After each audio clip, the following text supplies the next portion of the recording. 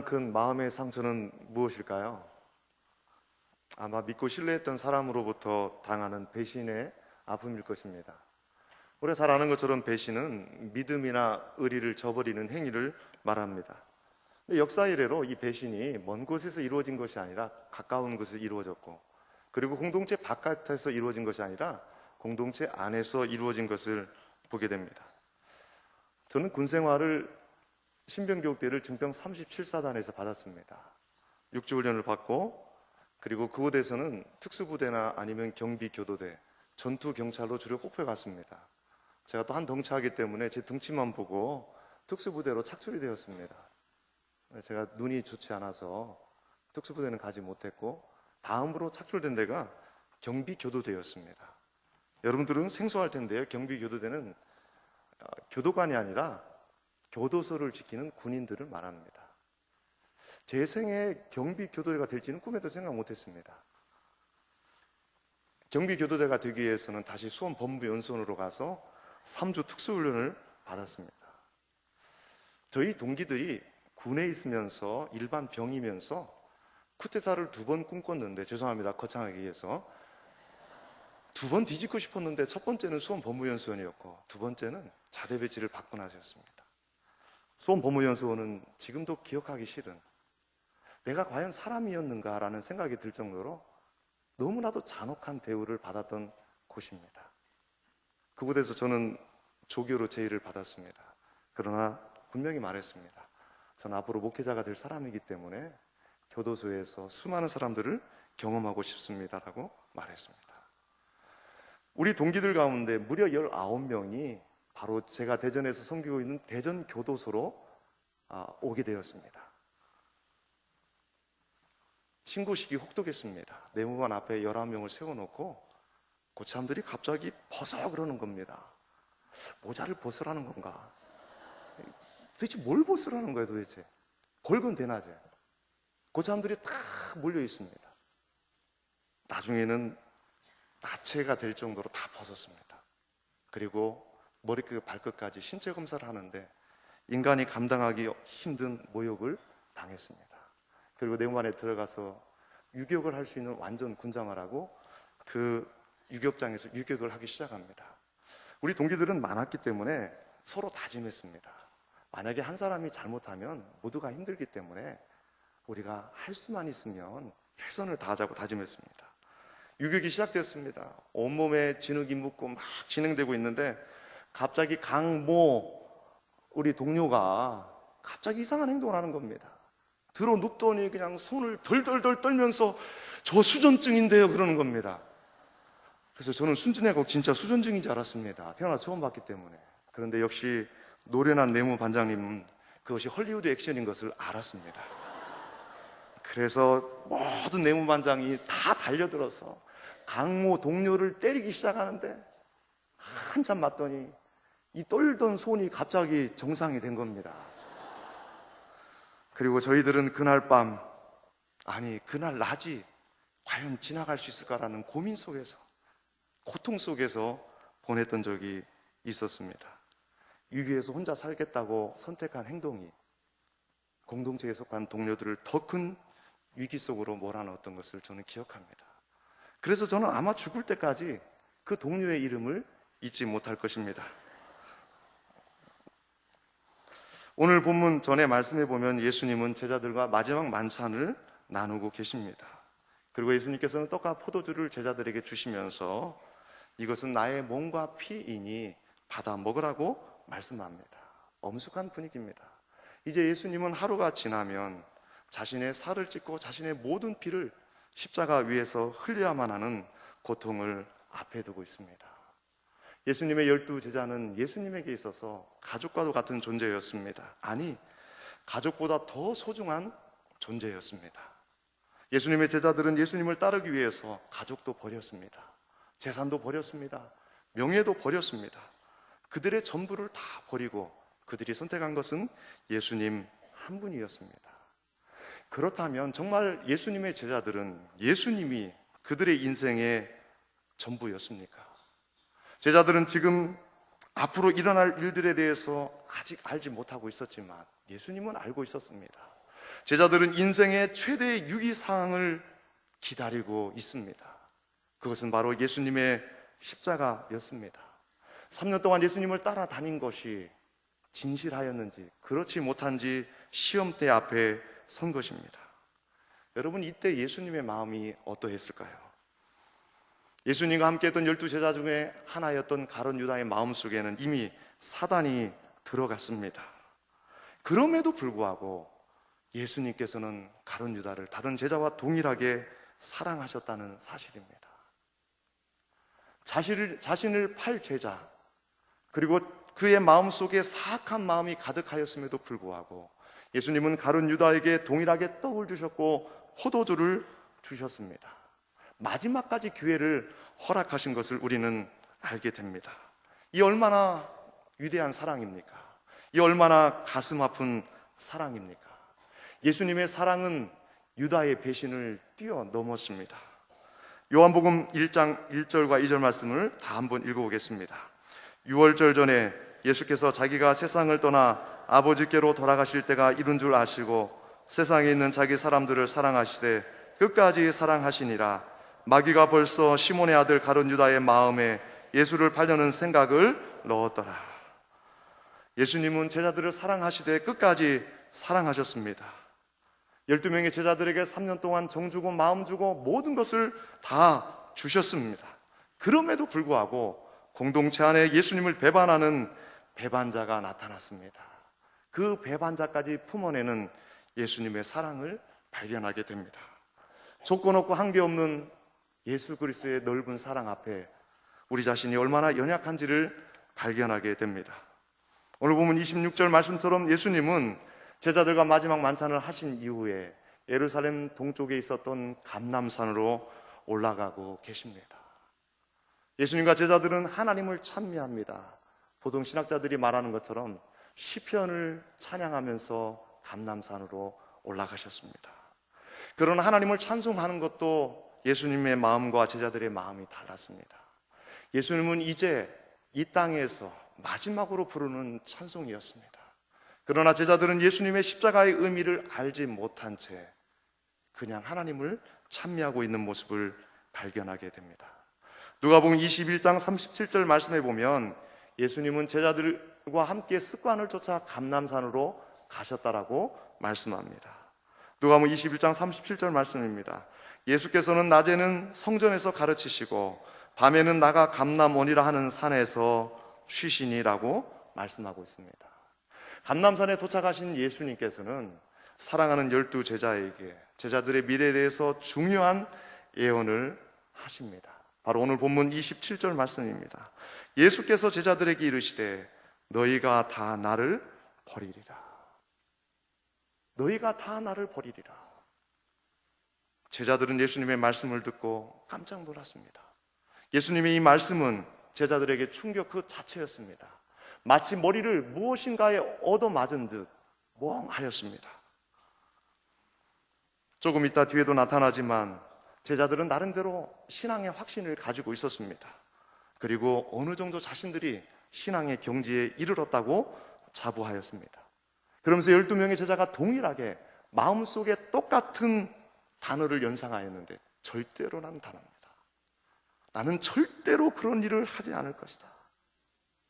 다른 사람은 몰라도 나는 절대로 그런 일을 하지 않겠다라고 그들 마음속에 생각하였을 것입니다. 사랑하는 성도 여러분, 예수님께서 사랑하는 제자들에게 너희가 나를 다 버리리라고 말씀하셨을 때 예수님의 심정은 어떠했겠습니까? 그렇지 않아도 가룟 유다의 마음속에 사단이 들어가서 예수 그리스도를 팔려고 계획 중에 있는데 나머지 11제자도 다 주님을 떠나버린다는 사실을 알았을 때 이미 알고 있는 예수님의 마음이 얼마나 고통스러웠겠습니까? 이제 예수님은 하루만 지나면 홀로 십자가를 외롭게 지셔야만 합니다. 온 인류의 죄악을 담당하셔야만 합니다. 두 손과 두 발에 대못이 박히시고 십자가 위에서 물과 피를 다 쏟으시는 형벌을 경험하셔야만 합니다. 우리가 잘 아는 것처럼 십자가는 인류 역사상 가장 저주스럽고 흉악하고 고통스러운 형벌이었습니다. 예수님께서 가셔야만 하는 그 길이 너무나도 외롭고 힘든 길이었습니다. 그렇기 때문에 누군가의 도움, 격려, 위로가 절실하게 필요했습니다.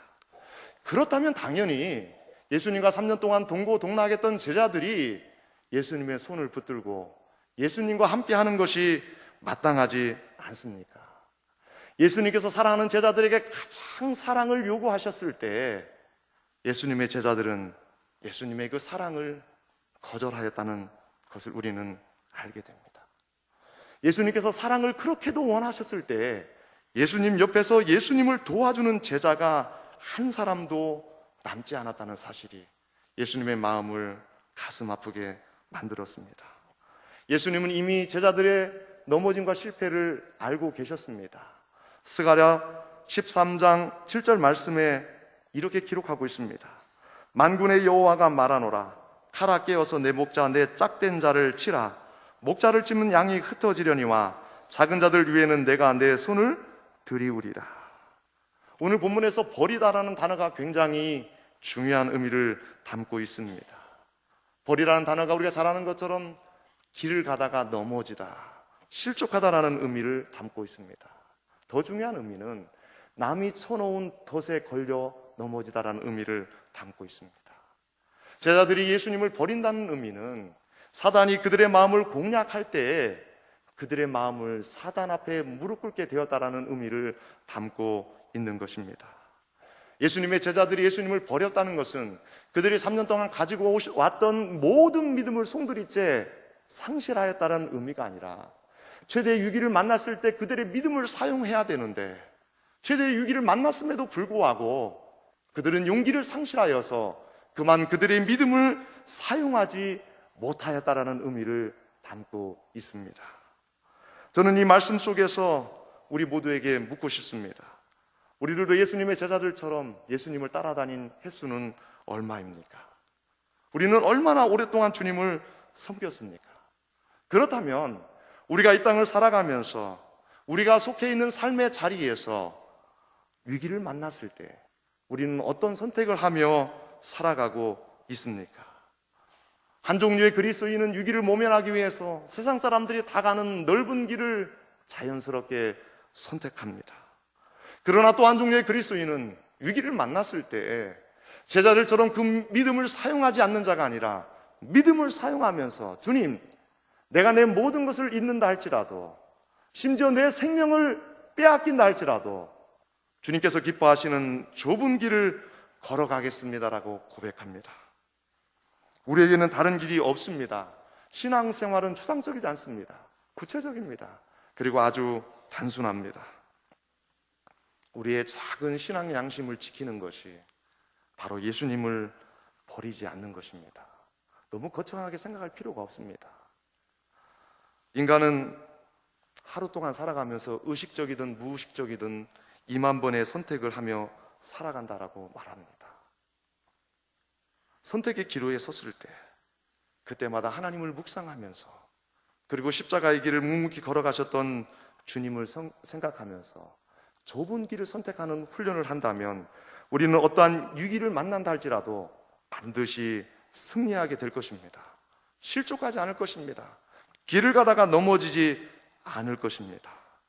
바로 그때가 주님께서 우리를 가장 필요로 할 때입니다. 왜냐하면 주님은 우리를 통해서 자신의 역사를 이루어 가기를 원하시기 때문입니다. 나 혼자의 실패로 끝나지 않습니다. 내가 실패한다면 나 혼자의 실패로 끝나는 것이 아니라 나와 함께 하신 하나님께서 실패한 것이기도 합니다. 오늘 보면 29절 말씀을 보십시오. 예수님의 말씀에 대한 베드로의 반응이 나타납니다. 29절 말씀입니다. 베드로가 여짜오되 다 버릴지라도 나는 그리하지 않겠나이다. 베드로는 자신이 어떠한 위기를 경험한다 할지라도 절대로 주님을 버리지 않겠다라고 장담하고 있습니다.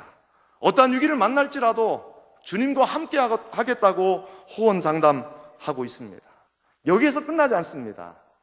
베드로는 다른 제자들과 비교하면서 다른 모든 사람들이 다 주님을 버릴지라도 주님, 나는 절대로 주님을 버리지 않겠습니다 고백합니다.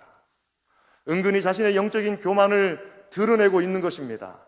다른 사람들보다, 다른 제자들보다 자신이 한 수 위라라고 강조하고 있는 것을 발견하게 됩니다. 이러한 베드로의 고백에 대해서 예수님은 오늘 본문 30절에서 이렇게 말씀하십니다.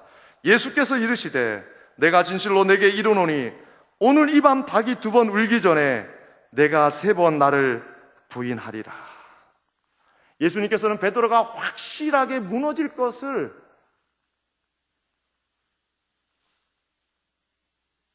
아셨기 때문에 오늘 본문에서 진실로라는 단어를 사용하고 있습니다. 내가 진실로 진실로 너에게 이르노니, 여러분 진실로는 헬라어로 아멘이라는 뜻입니다. 아멘. 예수님께서는 지금 아멘이라는 단어를 사용하면서 베드로가 확실하게 실족할 것을 말씀하고 있습니다. 이 정도 되면 베드로는 자신의 고집을 꺾어야 됩니다. 그러나 베드로는 자신의 고집을 꺾지 않고 한 발 더 나아갑니다.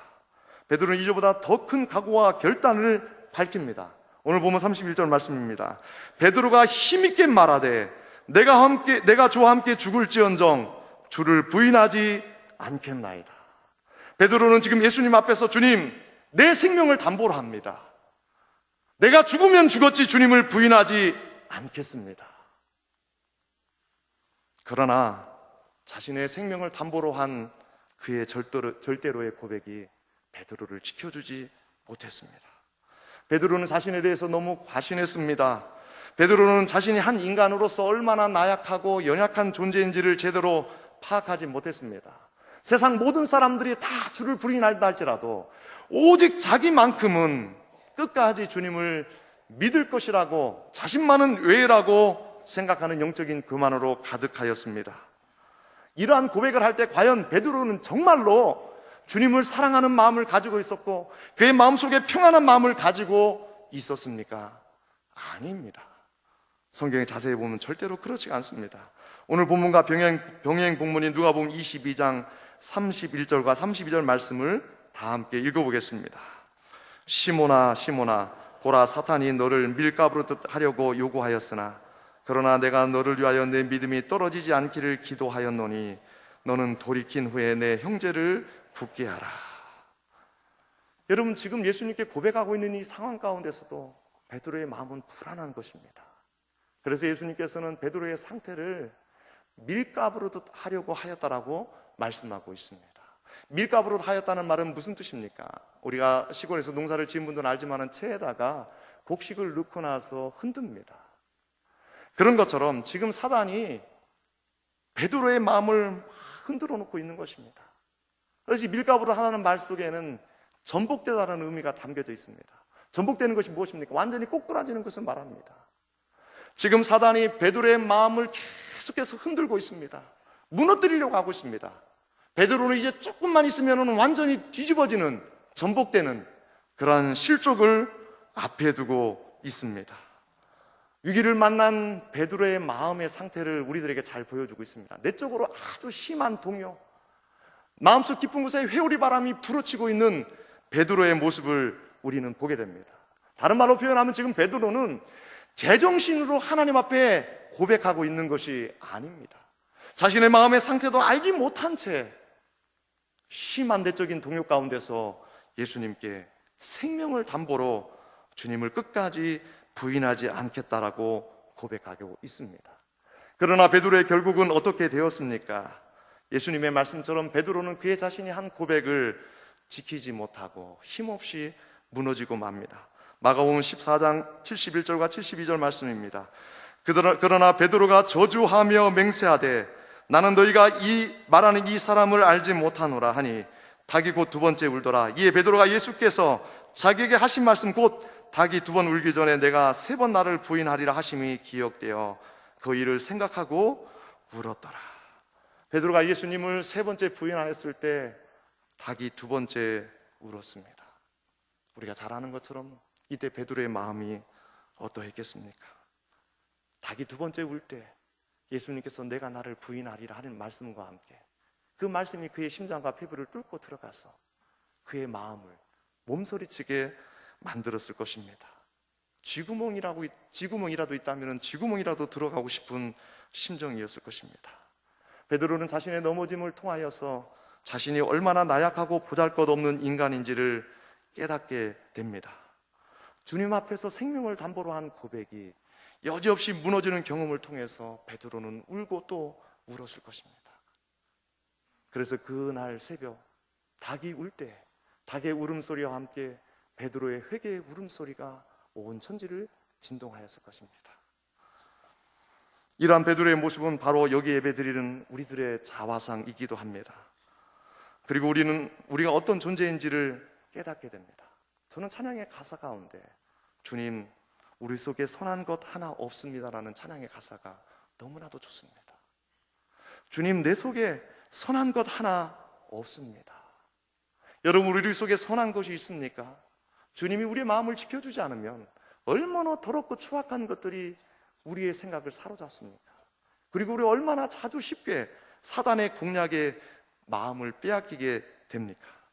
하나님 앞에서 절대로라는 각오와 결단은 너무나도 훌륭한 것이지만 우리의 각오와 결단이 결단코 우리를 지켜주지 못합니다.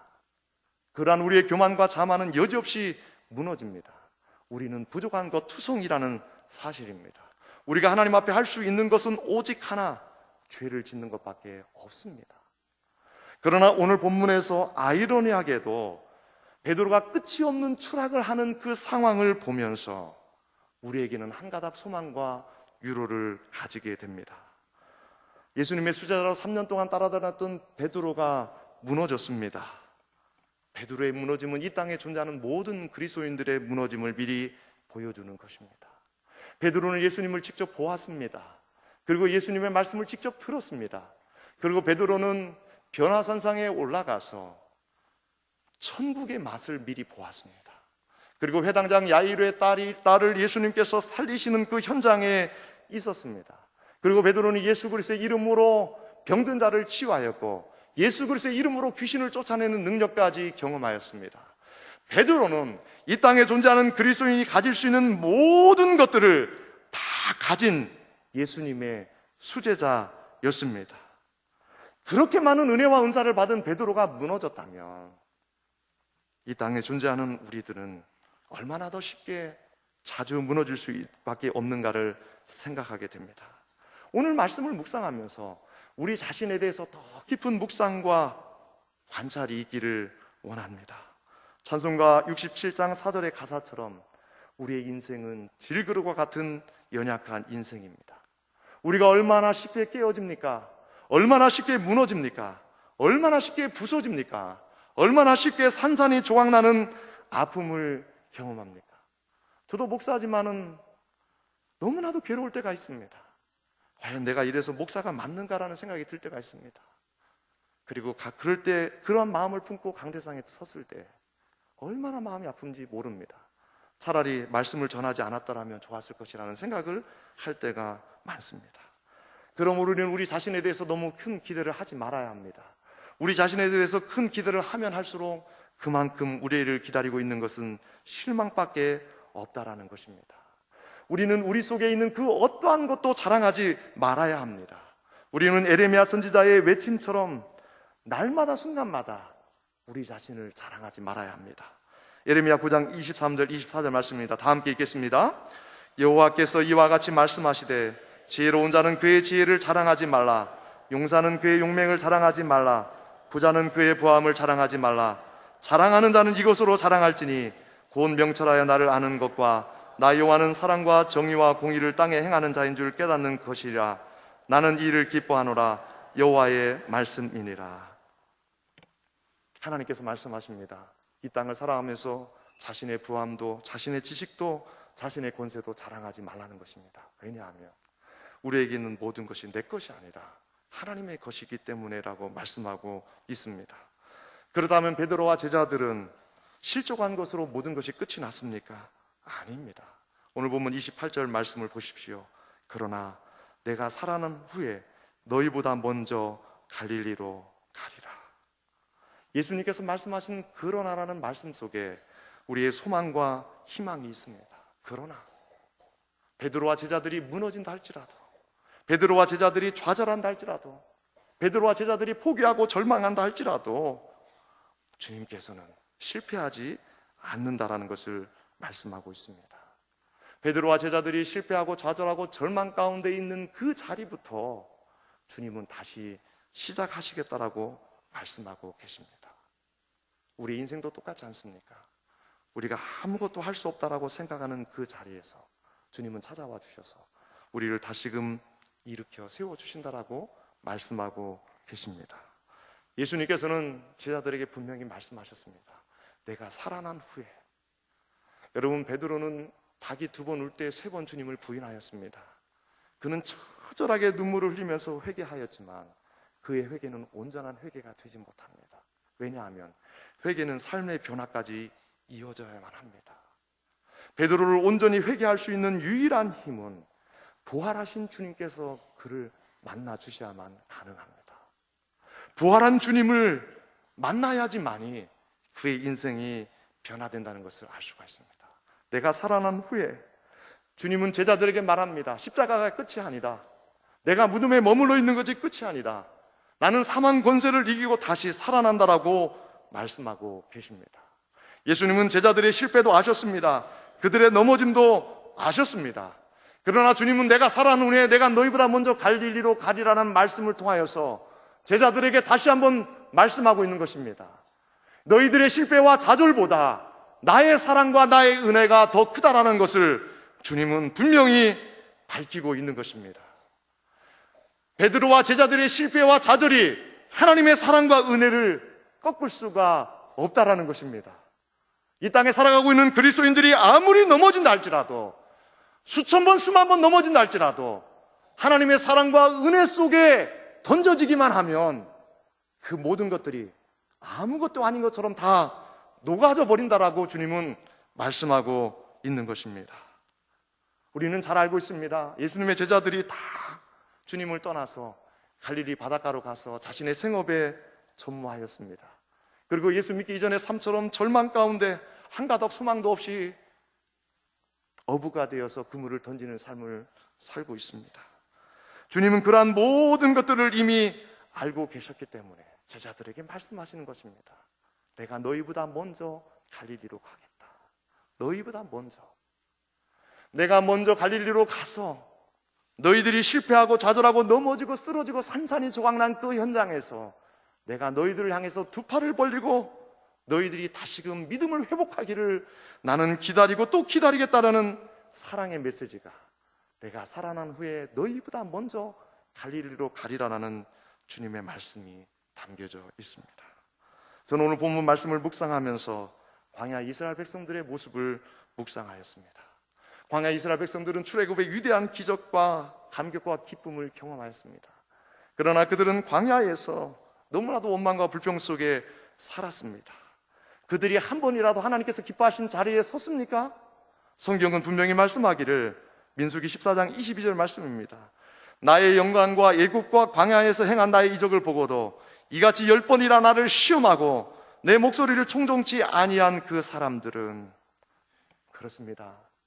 구약시대의 광야 이스라엘 백성들은 그 위대한 이적을 보았음에도 불구하고 한 번도 주님의 말씀을 청종하지 않았다라고 말씀합니다. 그럼에도 불구하고 주님은 여전히 그들을 사랑하고 계십니다. 출애굽기 23장 28절 말씀입니다. 내가 왕벌을 내 앞에 보내리니 그 벌이 히위 족속과 가나안 족속과 헷 족속을 내 앞에서 쫓아내리라. 사실 제가 오늘 설교 제목을 왕벌로 잡고 싶었습니다. 근데 왕벌이라고 하면 깜짝 놀랄 것 같아서 주님은 이스라엘 백성들에게 왕벌을 먼저 가나안 땅에 보내시겠다고 말씀하고 있습니다. 왕벌을 보내서 내가 다 평정하겠다. 너희들이 해야 될 일은 무엇인가? 그냥 들어오기만 해라. 내가 다 끝내놨다. 이미 그들의 마음을 다 녹여놓겠다. 주님이 말씀하십니다. 여기서 왕벌은 바로 하나님의 사자를 말씀합니다. 출애굽기 23장 20절과 23절에 반복적으로 말씀합니다. 내가 내 사자를 내 앞서 보내어 길에서 너를 보호하여 너를 내가 예비한 곳에 이르게 하리니 내 사자가 내 앞서 가서. 사랑하는 성도 여러분, 하나님은 우리가 실패와 좌절, 절망의 자리에 있다 할지라도 하나님은 이미 앞서 가십니다. 그리고 그 자리에 찾아와 주셔서 우리로 하여금 주님께서 기뻐하시는 자리에 설 때까지 우리의 손을 꼭 붙들고 놓지 않고 우리를 격려하고 위로하고 세워주시는 분입니다. 하나님은 끝까지 우리를 인도하시는 분이십니다. 가장 선하고 아름다운 길로, 푸른 초장 잔잔한 물가로 우리를 인도하십니다. 바로 그분이 우리가 구주로 섬기는 하나님 아버지가 되십니다. 말씀을 맺겠습니다. 저는 제 인생에 있어서 제가 좀 완벽주의입니다. 전철을 탈 때도 참 저 자신을 괴롭힙니다. 전철을 탈 때 그냥 못합니다. 몇 번째 숫자가 써 있잖아. 몇 번째 줄에 서서 몇 번째 내려야지만이 빨리 간다는 것을 알기 때문에 낙성대, 신천역에 있을 때도 항상 학교 갈 때도 그렇게 했습니다. 너무 피곤한 인생입니다. 뭐든지 완벽하게 하지 않으면 그냥 미치고 환장합니다. 근데 제가 여러 가지 절대가 있었습니다. 그 가운데 하나가 대학 졸업하기 전에 결혼한다는 절대가 있었습니다. 근데 마음대로 안 되더라고요. 그리고 몇 명의 자매를 만나는데, 죄송합니다, 우리 와이프가 듣고 있는 것 같은데, 왜 이렇게 절망이 찾아오는지요. 마음대로 안 되더라고요. 친구 중에 도끼남이 있었습니다. 도끼남. 이 자매 저 자매 아무 자매나 다 찍고 다니는 형제가 있었는데, 저는 주님 앞에 고백했습니다. 주님, 저 형제는 가장 늦게 결혼할 것입니다. 근데 우리 동기 중에 가장 먼저 결혼했습니다. 절망감이 더 커졌습니다. 충신대학원에 다닐 때 방학을 맞이해서 기숙사에 있었습니다. 그것도 노총각 4명이 한 방에 있었습니다. 속으로 생각했습니다. 결혼했으면 아내가 해주는 따뜻한 밥을 먹으면서 공부했을 텐데 결혼을 못 해갖고 이렇게 초라한 곳에서 외롭게 노총각들과 함께 시간을 보내고 있구나라고 생각을 했습니다. 한 20명 정도 됐는데 제가 키가 제일 커서 반장이 되었습니다. 실력이 있어서 그런 건 절대로 아닙니다. 근데 그때 강사님이 신혼산부, 남서울계 신혼산부 강사, 저희 선생님이셨습니다. 근데 그 선생님이 2주가 지났는데 저한테 그러더라고요. 애인이 있냐고. 얼마나 복음이었는지. 그래서 제가 애인이 없다라고 말했습니다. 그랬더니 좋은 자매를 소개시켰다고 하더라고요. 그래서 참 감사했습니다. 알고 봤더니 그 자매가 남서울계 전도사로, 여전도사로 섬기고 있더라고요. 전화를 딱 했는데 전화가 아주 시큰둥한 겁니다. 나중에 알고 봤더니 목소리는 사투리를 쓰니까 이건 그냥 한번 만나고 헤어져야 됐다고 그때부터 각오를 했다고 하더라고요. 그래서 만나기 하루 전날 그 노총각 4명이 같이 전략회의를 했습니다. 어떻게 하면은 정말 이번에는 결혼할 수 있을까라고 전략회의를 했는데요.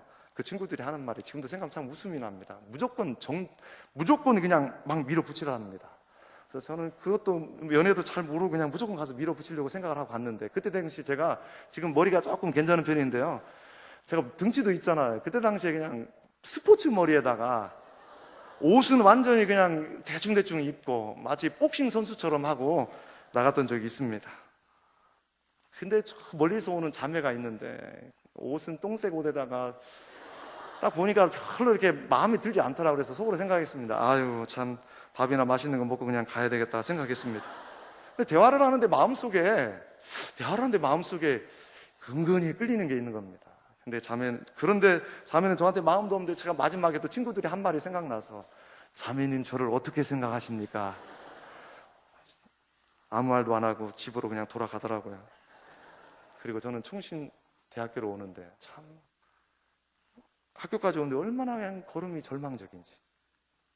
평상시 같았으면 그냥 기숙사로 돌아갔는데요, 그날 밤에 신기하게도 제 발걸음이 어디로 갔냐면 5층에 있는 충신대학교로 갔습니다. 그리고 거기서 기도를 하는데 얼마나 눈물 콧물 쏟으면서 기도를 하는지. 하나님, 내 인생 뭡니까? 내가 뭐 빠진 게 뭐 있습니까? 아니 왜 이렇게 저한테 절망을 줍니까? 1시간 동안 정말로 엄청나게 기도를 했습니다. 그리고 2주가 흘렀습니다. 여러분, 2주 흘렀으면 다 끝난 거 아닙니까? 근데도 불구하고 2주가 지난 다음에 하나님께 기도했습니다. 주님, 주일날이었는데요, 오늘 저녁에 자매에게 전화가 오면은 끝난 줄로 알고, 전화가 안 오면 끝난 줄로 알고 전화가 오면 다시 시작하겠습니다. 다시 시작한 게 아무것도 없는데 주님 앞에 그렇게 기도했습니다. 얼마나 엉뚱합니까? 근데 참 감사하게도 그 선생님이 그 자매가 그 형제 아니라고 말했는데도 불구하고 제가 실족할까봐 그 이야기를 2주 동안 말을 안 해준 겁니다. 안 그랬으면 제가 기도도 하지 않았을 텐데요. 기적이 일어났습니다. 자매한테 전화가 왔습니다. 그날 저녁에. 근데 물어봤더니 그 전날 밤에 기도를 하는데 하나님께서 마음속에 내가 사랑하는 아들이니 만나라라는 그런 마음의 확신을 주셨다랍니다. 여러분, 그렇지 않고 어떻게 저한테 전화가 왔겠어요? 저는 지금도 생각합니다. 만약 제가 방학 때 기숙사에 머물지 않았더라면, 그리고 토플 강의를 듣지 않았다면, 그리고 토플 강사가 남서울교회 성도가 아니었다면, 그리고 총신대학교에서 눈물 콧물 다 쏟으면서 기도하지 않았더라면, 그리고 토플 선생님이 2주 안에 저한테 그 통보를 해주었더라면 저는 어떻게 되었을까라는 생각을 하게 됩니다.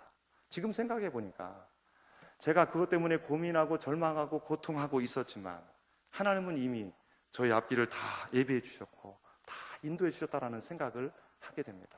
그래서 우리는 이것을 기우라고 말합니다.